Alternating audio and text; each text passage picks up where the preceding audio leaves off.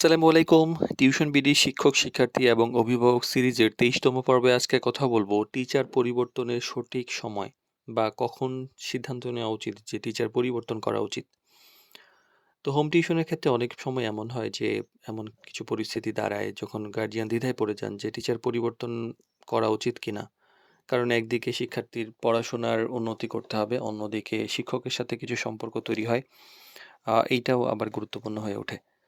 তো কিছু নির্দিষ্ট পরিস্থিতি আছে যেখানে টিচার পরিবর্তন করা যৌক্তিক এবং কখনো কখনো খুব প্রয়োজন হয়ে পড়ে। তো এই ব্যাপারগুলো এমন হয় যে অনেক সময় নিয়মিত ক্লাস করান না টিচার, যদি টিউটর বারবার দেরি করেন, অল্প কারণে ক্লাস ক্যান্সেল করেন এবং নিয়মিত উপস্থিত থাকেন না, তাহলে এই শিক্ষার্থীর পড়াশোনার কিন্তু ধারাবাহিকতা নষ্ট হয়ে যায়।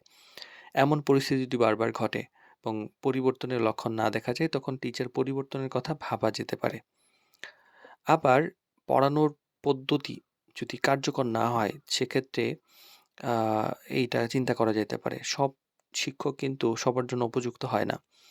কিছু, কিছু ক্ষেত্রে দেখা যায় যে শিক্ষার্থী বুঝতে পারছে না, বারবার একই সমস্যা হচ্ছে, পড়ার প্রতি আগ্রহ কমে যাচ্ছে। তাহলে কিন্তু সেই শিক্ষক শিক্ষার্থীর জন্য ঠিকমতো মানিয়ে যাচ্ছে না।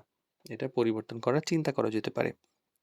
আবার যোগাযোগের ঘাটতি হয় অনেক সময়। যা একজন টিউটরের সঙ্গে গার্ডিয়ানের কমিউনিকেশনটা থাকা জরুরি। যদি টিচার পড়াশোনার প্রতি অগ্রগতি সম্পর্কে তেমন কিছু না জানান, প্রশ্ন করলে পরিষ্কারভাবে ব্যাখ্যা না করেন, তাহলে গার্ডিয়ানের পক্ষে পরিস্থিতি বোঝা কঠিন হয়ে যায়। আবার দায়িত্ববোধের অভাব থাকে অনেকের। কিছু লক্ষণ থাকে যে যেমন ক্লাসের সময় বারবার ফোন ব্যবহার করা, স্ক্রলিং করা, প্রস্তুতি ছাড়া পড়াতে আসা, গুরুত্বপূর্ণ বেশি এড়িয়ে যাওয়া, স্টুডেন্টকে শুধু এসে বলে, "তুমি লিখো, তুমি পড়ো, আমি দেখি।" বা এই যে একটা মানে দায়িত্বহীন আচরণ, এইটা যদি থাকে, তাহলে এটা টিচার পরিবর্তনের ক্ষেত্রে যুক্তিযুক্ত কারণ হতে পারে। আবার শিক্ষার্থীর মানসিক স্বাচ্ছন্দ্য বোধের একটা ব্যাপার থাকে। মানে শেখার ক্ষেত্রে একটা স্বস্তিকর পরিবেশ দরকার।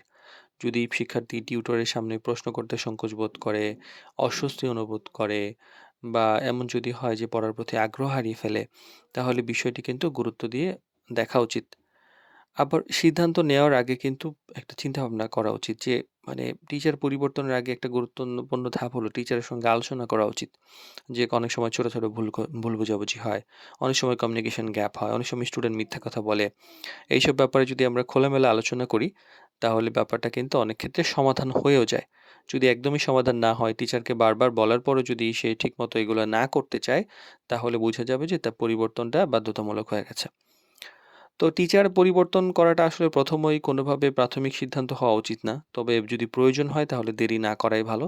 স্টুডেন্টের ক্ষতি কম হবে। আর যদি দেখা যায় যে শিক্ষার্থীর শেখার পরিবেশ, অগ্রগতি খুব ক্ষতিগ্রস্ত হচ্ছে, তাহলে আ দ্রুত সিদ্ধান্ত নেওয়াটাই কিন্তু বুদ্ধিমানের কাজ। কারণ হোম টিউশনের মূল লক্ষ্যই হলো যে শিক্ষার্থীর শেখাকে সহজ করা, তার সম্ভাবনাকে এগিয়ে নিয়ে যাওয়া। কিন্তু সেখান থেকে যদি হ্যাম্পার হয়, তাহলে অবশ্যই চিন্তা করা উচিত।